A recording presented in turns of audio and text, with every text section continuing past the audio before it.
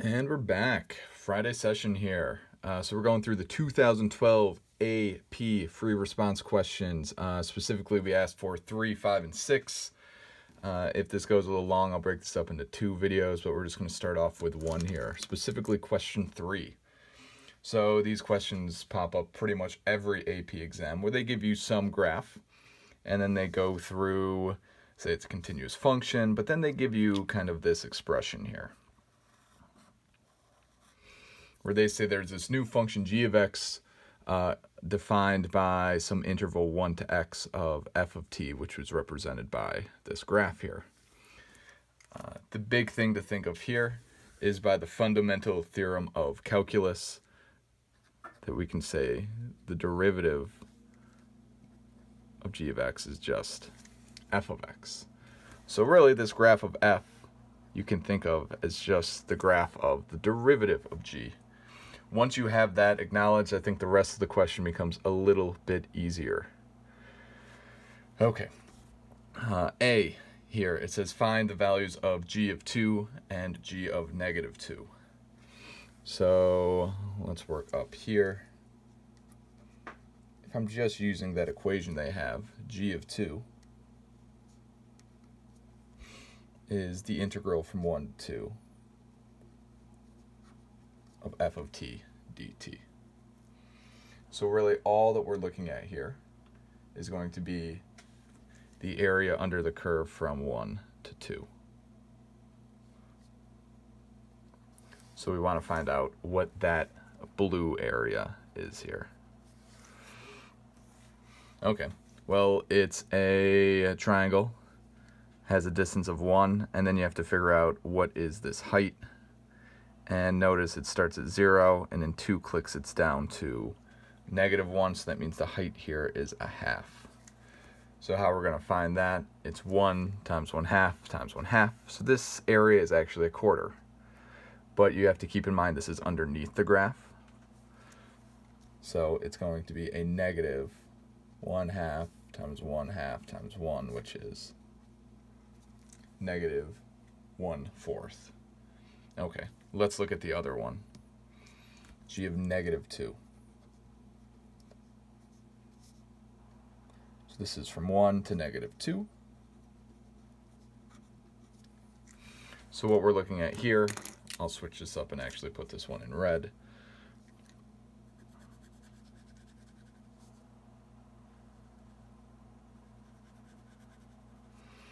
We're looking for that red area here.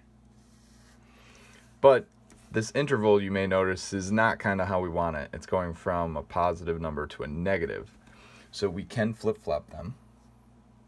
But remember, the cost of flip-flopping our bounds is that it costs us a negative sign out front. And then we have to find these two areas. So I'm going to keep this negative here. And the area of this triangle here, 1, and it goes up 1, 2, 3. So that's going to be a 3/2. And then the area here we have is a semicircle. But keep in mind the semicircle is underneath the x-axis, so it will be a negative. And the radius here is 1. So remember the area of a circle, pi r squared, since it's a semicircle, is actually going to be 1/2 pi here. So writing this all out, we have pi/2 minus 3/2. And that's as nice of a form as we can write it in. So that is going to be the area there. If you're looking for a little bit of a point breakdown here, 1 point for that answer, 1 point for this answer. Remember, each of these questions is out of 9. Next one, we're looking for g prime of -3 and g double prime of -3. Well, remember, we'd already determined that this graph is really just g prime. So if we want g prime of -3, maybe we're going to do this one over here. G prime of -3 is just the same as what is f of, oh, it's a negative, -3. So this is as simple as seeing where is this graph at -3, 1, 2, 3. It's what that value is. And we go from 1, 3. I'm guessing that's going to be a 2. It's going up 1 over 1. Right, so this value was -3, 2, because we're going up 1 over 1. Okay. It now wanted g double prime. So if this is g prime and we want the derivative, that means derivative means, I know you all said it at home, slope. So we're looking for the slope here. What is the slope at this exact point? Since this is a linear line here, it goes up 1 over 1. The slope is just 1. Great. So we have both of those down as well. Another extra point for each of these. And yes, this is all the work you need to show if it was an AP. No more, no less. Okay, next one. Find the x-coordinate of each point at which the graph has a horizontal tangent line. For each of these points, determine whether g has a relative minimum, relative maximum, or neither. So we want where g has a horizontal tangent line. So that means where the function reaches either a max or a min, or maybe it doesn't reach either. The big takeaway here, if we're doing part C, is that we want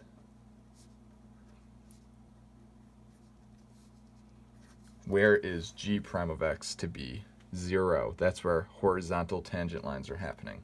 If we're looking for g prime of x to equal 0, that means we want just f of x to be 0. So let's look up here. Where does it cross the x-axis? There are, in fact, 2 points where it does this. So f of, what is this one, -1 equals 0, and f of 1 equals 0. So those are our 2 possible points. And now we need to go on and determine whether they're relative mins or maxes. So when x equals -1, notice it's going from a positive to a negative. So think if we're going from increasing to decreasing, what kind of function is that? Increasing to decreasing, right? That means we're going from increasing to decreasing. That means this point is a relative max. And let's look at this one for 1. We go from decreasing to decreasing. So if we're going down and then we keep going down, that point in here, that means it's neither. We can't say whether it's a min or a max because it isn't. And that would be proper justification. And we're on to the final part here, which is saying find all values of x for which the graph of g has a point of inflection. Remember that points of inflection happen where the second derivative equals 0. But since we have a graph of the first derivative, g of x, we want to know where this changes from,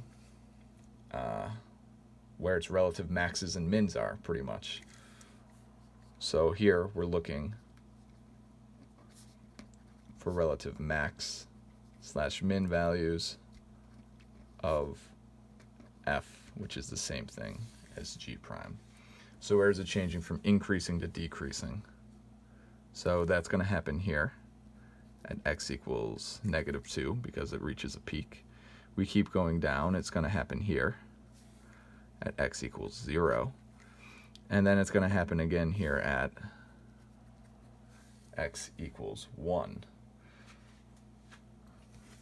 And so it wants an explanation.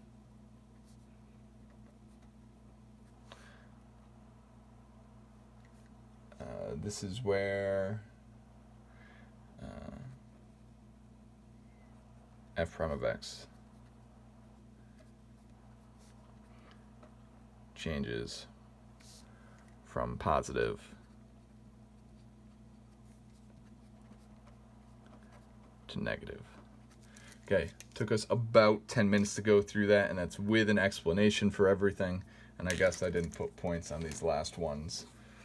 1 point for all of these, 1 point here, and what do we have over here? 1 point for just talking about g prime equals 0, 1 point for noticing plus and minus -1, and 1 for justification. So it took us about 10 minutes to get through this question, and this question is slated for about 15 minutes, just to give you a heads up. Now, I don't expect you to go through it this quickly, but you're going to see more questions like this as we continue to do more problems. Let's look at 5. 5 is a differential equation question, but notice this one doesn't have some slope field that's given to us, but I notice that it is a differential equation, a diff EQ, because it instantly gives me this. And that is kind of the telltale sign when they give you some derivative right away. And this one's talking about some baby bird. You find the bird initially, so at t equals 0, and it weighs 20 grams. And we have some equation to show how its weight is changing. And so yet again, it now initially states, so that's time, and this is weight over here, right? Time 0, it weighed 20. So when you first found it. Okay. Is the bird gaining weight faster when it's 40 grams or when it's 70 grams? So this is talking about speed and all this stuff. Remember, we have a derivative. So really the thing to do here is I'm going to take our, so part A, the derivative of weight to time, and it says we want to put in 40 here because it says that's the initial time here. So you take this and you say, well, what happens when it's 40? B is 40 because, right, weight, so that's what this equals B. That can be confusing. So that's 1/5, 100 minus 40, 65ths, which is really just 12. Okay, we do this same thing at, what's the other time here, 70? Our weight is 70. So this is 30/5, which is 6. Now it comes to some big brain math. Which number is bigger, 12 or 6? And you're going to say, what's it asking for? Is the bird gaining weight? So gains weight faster.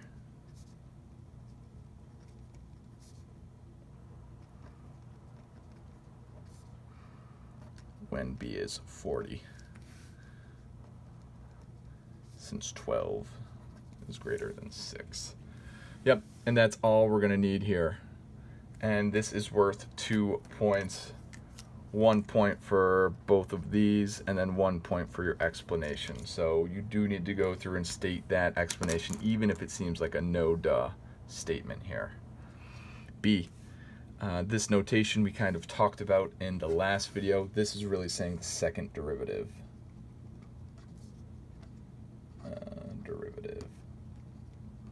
So that means we need to take the derivative of the derivative that's given there. So we need the derivative of 1/5 times 100 minus b. I really think it might be easier to think of this as 20 minus 1/5 b. And that 20 is going to go away. This term here, notice we're taking the derivative with respect to time. We don't have time sitting here. So our answer is going to be that -1/5 is still there. -1/5 dB dt. But do we know what dB dt is? Yeah, we found that up here already.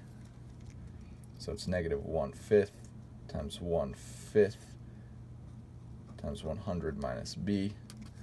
And if we want to write all of this out a little bit nicer, -1/25 100 minus b. Great. Okay, and I'm fine with leaving it like that. Honestly, leaving it like that is correct as well. Once you get an answer, you can stop. The reason I want it like this is that's our first part. It says find this. So as soon as it says that, I don't even care what the rest of the question says. I'm finding what that derivative is first. That's worth a point, by the way. Now it says, use this to explain why this graph cannot resemble, why this function in this graph can't resemble what b is. Well, let's look at this. We know it's negative here, and we know that the bird starts out at 20 pounds and then goes to 100. Well, think, putting in any numbers between 20 and 100 here, what kind of number are you getting?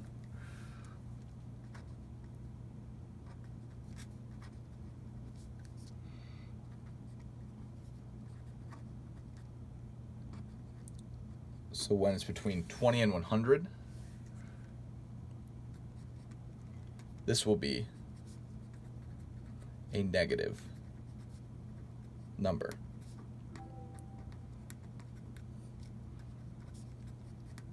So the graph is concave down that whole time. And if you're looking at this, is this graph concave down for the whole thing? Well, it looks like around here it switches. This one's concave down, this one's concave up. So no, it doesn't match. Since graph is initially concave up. And I would recommend on the AP writing concave up and concave down, not shorthanding it. And then part C, this is another point. So we are, what, 1, 2, 3, we're 4 points in out of 9. That means C is going to be the big one, which it tends to be on this style of question for the separation of variables. It tends to be 5 to 6 points. And then let's look what we're going to have here. The particular solution where we have this initial condition. Okay, so let's write out the equation again. And remember, the only way that we know at this point to solve these is by separation of variables. We can tell that the t is going to come over here, but we want the b term to come over here. Some of you may be saying, well, let's distribute and add it over. Add it over. Remember, we cannot do that. We have to separate our variables by multiplication or division. So really the only way to go through this is you divide that 100 minus b over, and you multiply the dt over to get this equation. So we've correctly separated our variables, which is 1 point.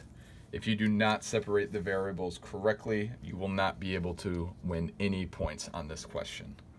This first step needs to be done in order to get anything. Now we can integrate both sides. Left side is a little bit harder, so I'm going to start off with this one, dibs. 1/5 t plus c. That's a point for just this side done correctly. Now you're going to get 1 point over here. Since this is in the denominator, we're thinking this is going to be some ln. But it's actually a little bit more since it's a negative here. You could go through your whole u substitution and do everything there. But hopefully we've done enough u substitutions to see that this becomes a negative ln of 100 minus b. If you want to check, go ahead and do the u substitution on your own and see that when you take the derivative, this is going to be a -1, which is where this negative pops out. Okay, at this point, let's solve for b here. Well, we have two choices. We can either solve for b or we can plug in the initial value here. By the way, this is 1 point. So we're 3 out of 5 points already in here for, oh no, it's not. They just give you 1 point for both in this one. They normally give you 1 for each. I lied. So we're 2 points in. So we can either solve for the constant or we can solve for b. Oh, this is the point. I'm looking at it wrong. You get 1 point for the correct antiderivatives, 1 point for remembering that there's a constant here. Yeah, that seems a little silly. Okay, at this point though, it doesn't really matter either way which one you want to do, whether you want to plug in that time or not. Since we have it here, let's just plug it in and get it done and over with what this constant is. So the b is going to be the 20 and the time is going to be the 0. So plugging this all in, negative ln 100 minus 20 equals 1/5 times 0 plus c. So c equals negative ln of, what do we have here, 80. So we're at this expression, negative ln of 100 minus b equals 1/5 t negative ln 80. We're at another point here. And the last point here is actually correctly solving for b. Okay, let's go through and do all of this. So I'm going to get rid of this negative here.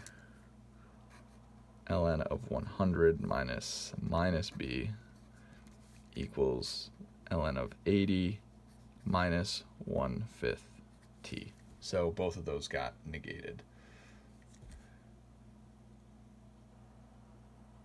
Okay, let's take the e of both sides. So e here is going to get us 100 minus b equals e to the ln of 80 minus 1/5 t. We can subtract this over, add the b over. So b equals 100 minus e to the ln of 80 minus 1/5 t. And that is a good answer.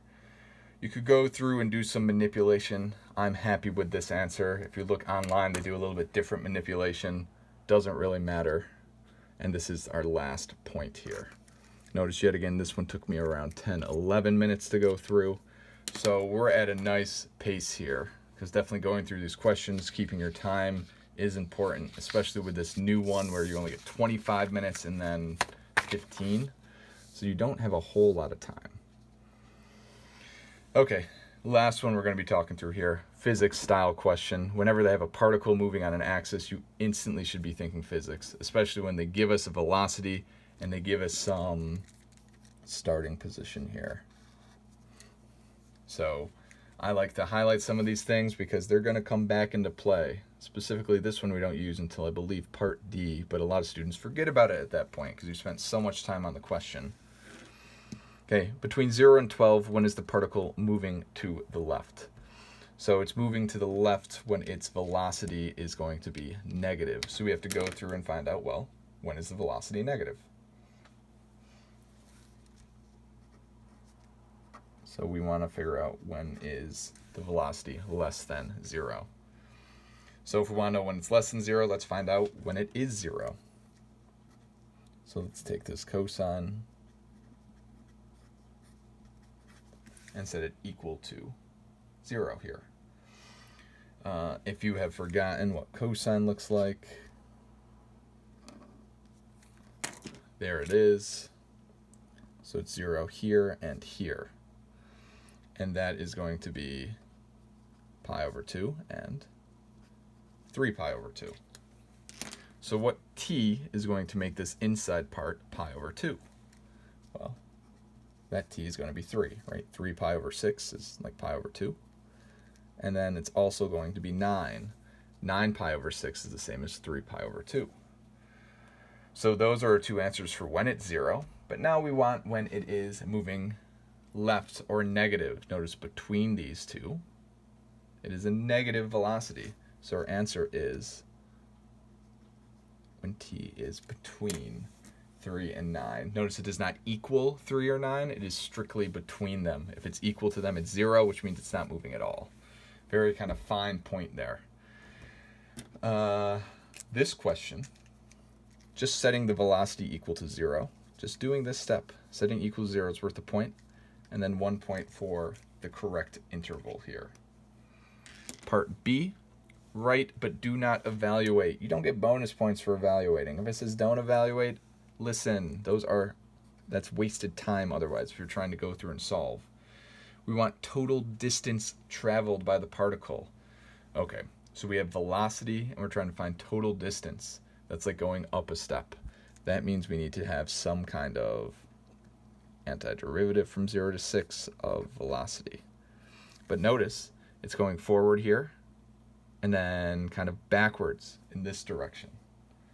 So how to kind of equate for that or account for that is we can take the absolute value of the velocity of t. So that keeps this positive here, and then it flips it when it gets down there. And that's going to give you your total distance traveled from 0 to 6. I think technically you could just double it from 0 to 3 velocity, but the absolute value works just as well. Okay, and this is worth a point as well. So now we're only 3 points in 2 parts, which means we have 6 points left over the final 2 parts. Find the acceleration of the particle. So we have velocity, and we need to find acceleration. So remember, acceleration is equal to the derivative of velocity. So let's derive our velocity. Let's take the derivative of cosine pi over 6t. And cosine goes to negative sine. Inside will stay the same, but then off of our chain rule, we need the derivative of the inside, which is going to be pi over 6. So to write it out nice and formally, our acceleration is negative pi over 6 sine of pi over 6t. Nailed it. Okay, that's worth a single point there, just getting that correct acceleration. At this point, what else do they want here? Is the particle increasing, decreasing, or neither at time t equals 4? Well, we probably need the acceleration if they gave that to us here or asked us to find that. So let's find the acceleration at 4. Negative pi over 6 sine of 4 pi over 6. Oh, great. Now I got to know what sine of 4 pi over 6 is. Oh, man. We hate trig so much. 4 pi over 6, remember, is bringing us over in the second quadrant. Reference angle here is 60, which means we have root 3 over 2 and 1/2 here. But sine is opposite, so it is root 3 over 2.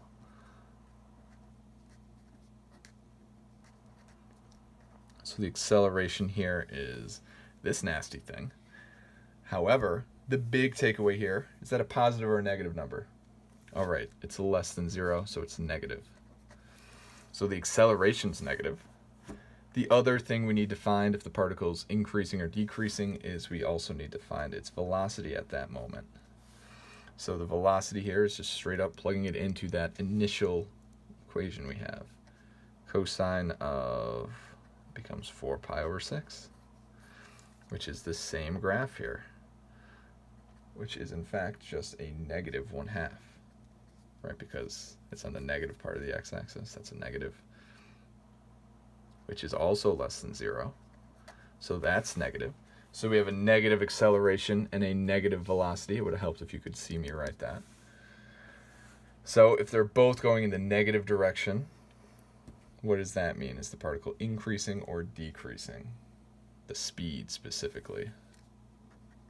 Remember, since they're both the same sign, that means the particle is increasing. Which seems weird, but it's going backwards faster. It's like putting your foot to the floor of the pedal when you're going in reverse. So you're going really, really fast in reverse.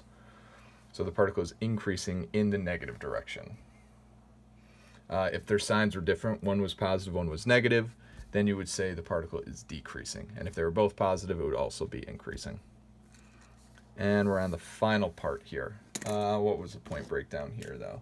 We had 1 point for this, 1 for a conclusion with reasoning. So I'm guessing 1 point for saying these are negative, and then the particle's increasing. And D, find the position of the particle. Position. So position means we're actually taking an antiderivative here of the velocity. So that means I need to find out, what's the equation?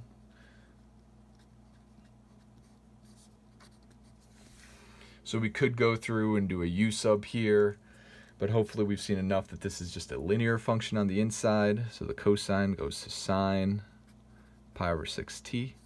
And since it's a u sub, this inside function is actually going to give us kind of the multiplicative reciprocal. So that pi over 6 would become 6 over pi. And we have a plus c here. If you don't know what's going on here, write out the u sub. We're going a little long, so I'm trying to rush a little bit here. But remember, we have this initial condition. So we know at 0, that's this function, that it has to equal, we already said -2. Right, so I took this function, could put in 0, find out what that plus c is. Sine of 0 here is 0, so we know that c is just equal to -2. So our position equation, 6 over pi, sine of pi over 6t minus 2. They want to know what it is at 4. So now we just go in and plug in sine of 4 pi over 6. It's like we did that one already, 4 pi over 6 over here.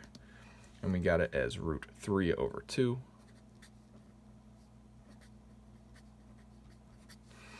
This answer, I believe they would mark off 1 point because they want them in simplest form here.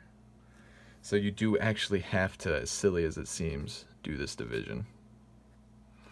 3 root 3 over pi minus 2 would get you the full credit here.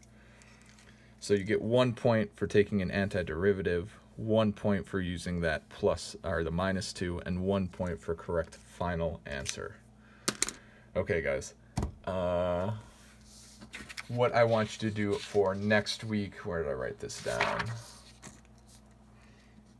So homework for next week, let's say on Monday.